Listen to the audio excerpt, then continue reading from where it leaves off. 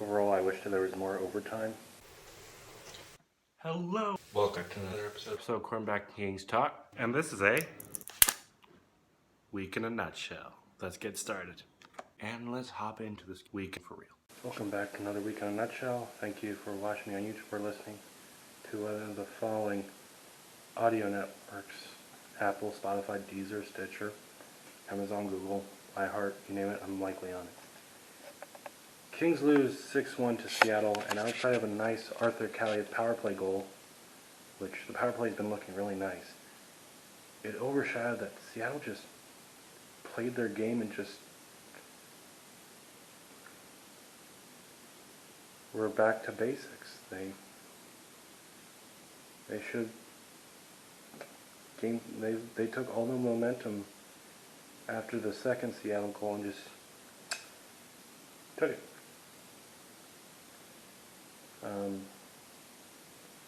There was no Lizotte in the lineup, and you could totally see the loss of Brendan Lemieux and Alex Edler not being in the lineup. Yeah, we have our scoring touch and guys like Kempe and Deneau and Arvidsson and Kaliev and heck even Velarde at times, but you're missing the sandpaper, and sometimes a little rough and sand and paper, so sandpaper, can prove to be quite helpful. Next off, they fly to Canada, Western Canada, that is Calgary, Edmonton, I'm not sure in that order, and then Winnipeg. Those are big games, especially against Calgary. Prove you're the better team, or at least try to get points out of them. Just play with more with some. Yeah, just play without going too tired. Is what I'm trying to say. I'll see you in the next game. Kings lose 4-3 to Edmonton in a shootout. Overall, I wish that there was more overtime because it felt like a playoff game, and if the playoffs ended date of recording, Kings would play Edmonton since Calgary's running away with division. So I thought that was great hockey. There was a couple calls that I'm glad weren't called, but it is what it is. And you got to be aware of McDavid on the ice. Great goal by Byfield and Grundstrom in that 12-second span. That was very impressive. That was the right call to overturn the goalie interference goal. Puljujärvi had his feet in the crease, so that's what happened. And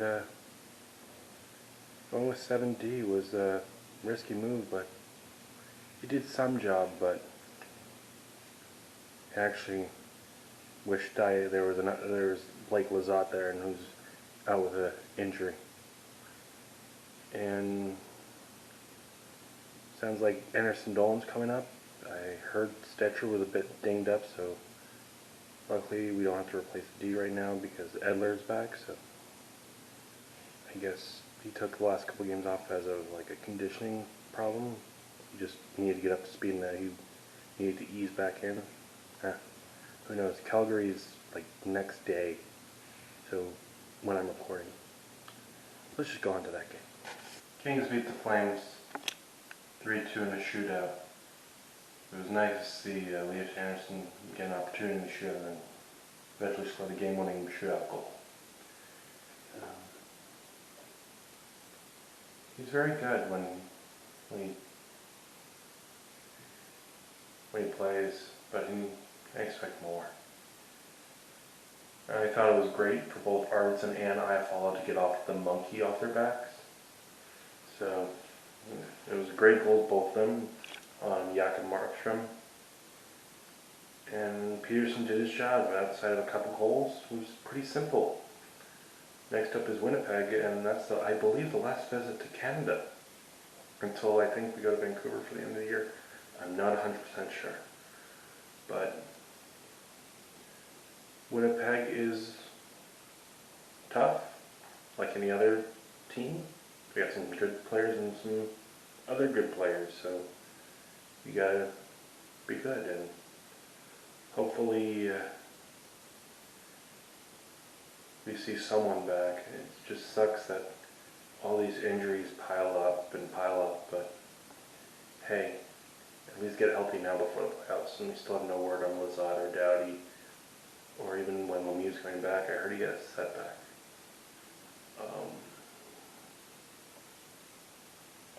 It felt like playoff hockey, is what I'm trying to say, in Alberta these last couple days.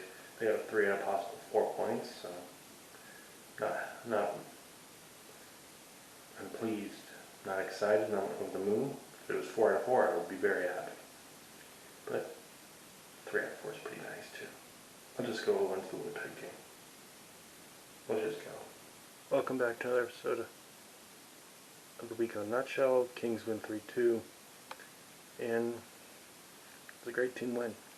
They take 5 out of 6 from Canadian opponents this weekend. That's a pretty good trip. And granted, Calgary and Edmonton they'll face again, but that's a video for next week. As for this game, it was pretty nice to see a shorthand goal that was not sure more. I know goals are goals regardless who scores them, but it was good to see Kempe just getting back into a goal-scoring prowess that he's been doing mostly for most of the first half and half of the second half. The Kopitar goal was a nice rebound opportunity. Like it that he's back in the score sheet. And the power play goal that became our third goal, cool they went to Spence, could have gone to anyone else. But thank you, Winnipeg, for just kicking it into your own net unintentionally.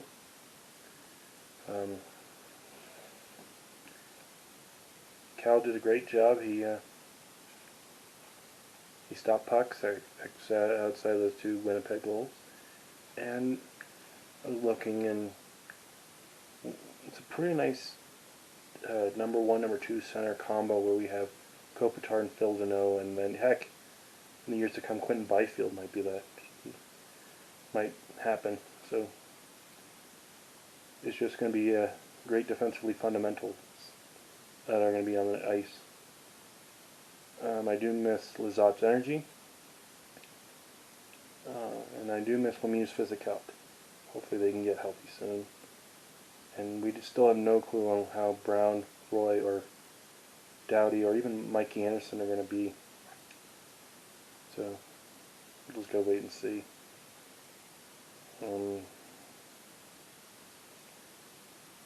That's it for this one.